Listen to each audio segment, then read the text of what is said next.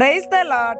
மனுஷன் அப்பத்தினாலே மாத்திரம் அல்ல, தேவனுடைய வாயிலிருந்து புறப்படும் ஒவ்வொரு வார்த்தையினாலும் பிழைப்பான். ஆண்டவர் சொல்றாரு, அப்பத்தினால மட்டும் அவன் பிழைக்க மாட்டான்.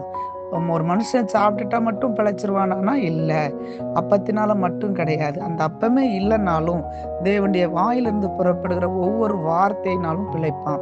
ஆண்டவருடைய வாயிலிருந்து, ஆண்டவரே நீங்க எனக்கு பேசுங்க, என்னோடு பேசுங்க.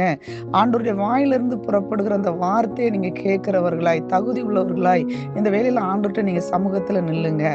ஆண்டவர் வாயிலிருந்து எந்த வார்த்தை வந்தாலும் அது பிழைக்கிற வார்த்தை, அது உயிர்ப்பிக்கிற வார்த்தை. தன்னை தாழ்த்தி ஒப்பு கொடுத்து நீங்க ஜெபிக்கும் போது ஆண்டவர் உங்களோடு பேசுவார். ஜெபிக்கிறவங்களோட தான் பேசுவாரா அப்படின்னா, உங்களோடு, அந்த ஊழியக்காரங்களை விட உங்களை ஆண்டவர் ரொம்ப நேசிக்கிறார். நீங்க இந்த வேலையில பேசும்போது ஆண்டவர் உங்களுக்கு ஒரு அற்புதம் செய்வார். அந்த வார்த்தை உயிர்ப்பிக்கப்படும். எவ்வளவு பெரிய மரண கட்டா இருந்தாலும் சரி, அது உயிர்ப்பிக்கப்படும். அதுல நீங்க பிழைப்பீர்கள். கண்களை மூடி ஜெபிக்கலாமா? ஆண்டவரே, மனுஷன் அப்பத்தினால் மாத்திரம் அல்ல, அப்பா உம்முடைய வாயிலிருந்து புறப்படுகிற ஒவ்வொரு வார்த்தையினாலும் பிழைப்பான். ஆண்டவரே, இன்னைக்கு உம்முடைய வார்த்தையை கேட்கறதுக்கு ஒவ்வொருவருடைய காதுகளையும் இந்த வேலையில திறந்தருளுவீராக. இயேசுவின் ரத்தத்தின் வல்லம் அந்த வேலையில இறங்கட்டும். செவிட்ட ஆவிகள் விலகுவதாக. இயேசுவின் நாமத்தினால மனக்கண்கள் குருடாக்குகிற பொல்லாத கட்டுகள் அறுத்தெறிகிற மனக்கண்கள் திறக்கப்படட்டும். இயேசுவின் நாமத்தினால ஆண்டவரே, உம்முடைய வார்த்தையை கேட்கும்படி ஆண்டவரே ஒவ்வொரு இருதயத்தையும் திறங்க. எனக்கு லீதியாளுடைய இருதயத்தை திறந்த தேவன் ஆண்டவரை இந்த வேளையிலே இயேசப்பா அதை கேட்டுக்கொண்டு இருக்கிற ஒவ்வொரு பிள்ளையுடைய இருதயத்தையும் திறந்தருளுவீராக.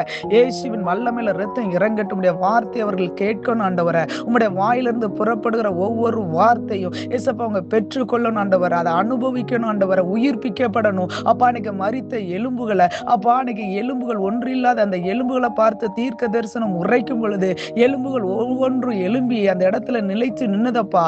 அப்பா, அதே போல இன்னைக்கு அப்பா மரித்த உறுப்புகள் இன்னைக்கு ஆண்டவரே, கிட்னியில் ஆண்டவரே செயல்படாத கிட்னிகள் இயேசுவின் நாமத்தினால செயல்படுவதாக.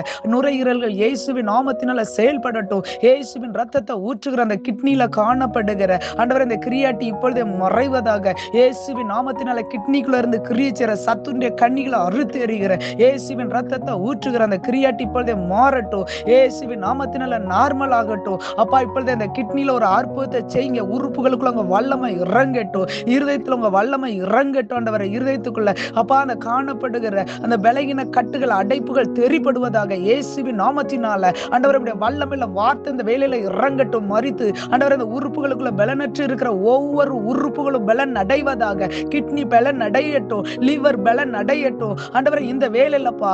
அப்பா, அந்த இயேசுவின் ரத்தத்தை ஊற்றுகிறோம். இருதயத்தை தொடுங்க.